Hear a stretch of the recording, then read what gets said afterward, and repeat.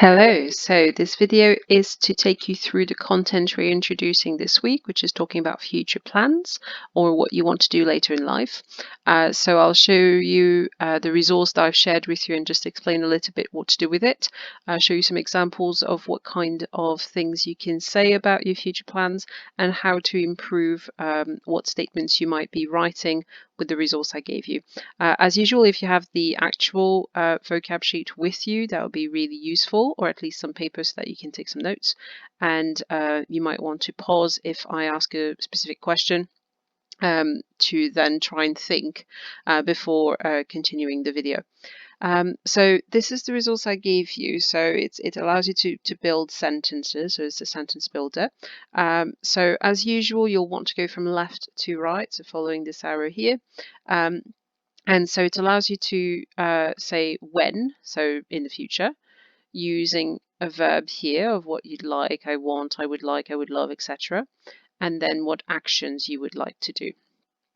So as you can see, you have got a little bit of choice here in the when section for how you want to start. Some of them are a little bit less complex. So some of them we've actually seen before, like plus tard. But some of them are a little bit more complex. I would say that at this stage, you would want to recognize as many of these as possible.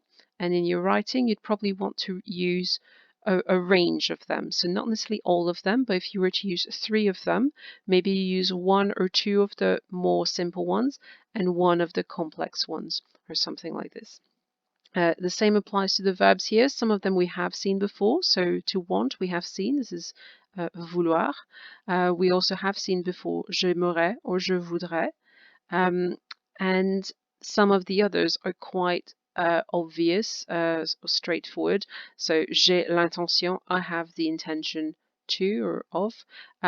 So it is a range of them. And again, same thing, I wouldn't expect you to use all of them, but I would strongly recommend you use a range, some that are simpler and some that are a bit more complex, and just make sure that you learn those ones perfectly in French, and then try to recognize as many of those as you can.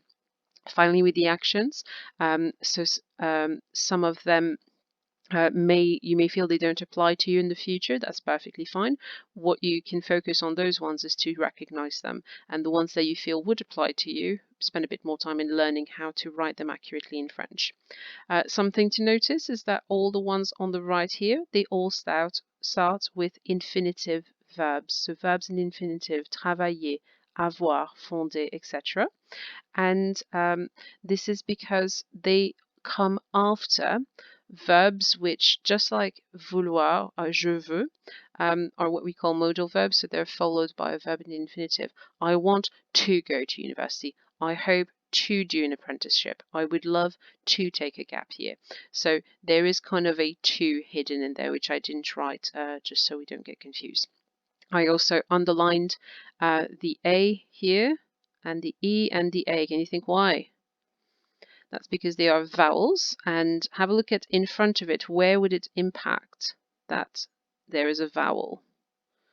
So in those phrases here, some of them will change a little bit if you use them with a phrase that starts with a vowel. Which ones would that be? It's the ones that I've underlined. Okay, have a think why. So I would be using de with the phrases which start with a consonant, and I would be using D apostrophe with the ones that start with a vowel. So that's because the E of de doesn't like to be next to a vowel, so it just goes away and disappears in this little apostrophe. However, when you do say the phrase, you wouldn't say de aller à la fac. You imagine it's not there when you pronounce the word. D'aller à la fac, d'aller à l'université. Right, so to build a basic statement, if you were to answer what are your future plans, you'll need to do that this week. You simply go from left to right, and so you could say après avoir quitté le collège, so I just use something here. J'espère, something from here. Aller à l'université, something from here. And then obviously you don't want to just give a 8-word answer to a question, you always want to give a little bit more. And so I'm going to just give another statement. Plus tard, je voudrais devenir vétérinaire, and I'm going to add one other thing I'd like to do, because my future plans are not just to go to university and become a vet. Si tout va bien, je rêve de me marier. And I'm like, okay, that's fine. I've got 3 things. So that would be a basic statement. We're going to look at adding improvements, okay? And that's something we have worked in class before, and we've worked with it with, I gave you a bookmark that looks like this, and to remind you to use that AUREO as an acronym for the kind of things you can add to an answer. That AUREO is not necessarily something you need to add a lot of complex things to learn by heart, which are very niche, etc. They are the kind of things you can reuse in lots of different contexts and themes, and so they're very, very useful, but they give you lots more marks in your speaking and writing. So, for example, you have detail, activities, tenses, opinion, reason, example in oomph. You can pause now and have a closer look. In our original statement, we actually had done already one of that AUREO. We had done the examples because we had given several examples of the detail required. We didn't just say 1 future plan, we said 3. So let's have a look at adding opinions and reason. That's probably the first place where you want to start checking you have an opinion, because if you don't have any opinions, this kind of locks you at like a level 4. So if you're hoping to have a 5 or do higher at GCSE, which I really hope and I think most of you could achieve, you want to make sure you've got opinions and reasons. So you can do it in different ways. So I'm just going to add a couple. So I'm going to add one here. So j'espère à l'université. Je pense que ce sera intéressant. I hope to go to university. And then here, I didn't add anything super fancy. Like, je pense que, you know this. Ce serait, it would be, you know this. Intéressant, well, you obviously know this. And we need to make sure you can spell it correctly. But that's very simple, but it adds an opinion. I'm going to add another one. Je voudrais devenir vétérinaire. I would like to become a vet, car j'adore les animaux, because I love pets. I love animals. Okay, and I could add another one as well. Si tout va bien, je rêve de me marier. I dream of getting married, car c'est important pour moi, because it's important for me. To be honest, because it's important for me could be a reason for so many different things that you talk about. So all of these are not complex in the words that you use, but they are adding detail, and you can genuinely improvise those, I think, when you're writing or speaking, if you just remember to add them, to say them. Okay, let's see what else we could add. So now we'll have done opinion reason. I've just added in black what we just added in the text. What we're going to add now is a detail. Details could be saying what there is, it could be to say where or when something happens, or a color or a size. It really will depend. The first detail I'm going to add, again, I'm looking for simple details. I'm going to say where. I'd like to go to university in Cardiff. You could say à Bristol, à Londres, en France. I'm also going to say with whom, avec mes amis.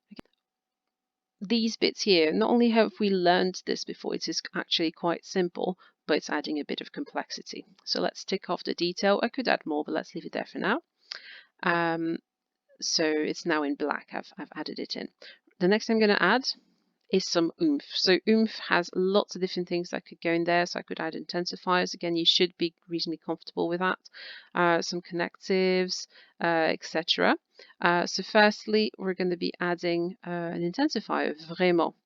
So it's not just important for me, it's really important for me. You could have said très as well, but I was feeling a bit fancy, so I said vraiment.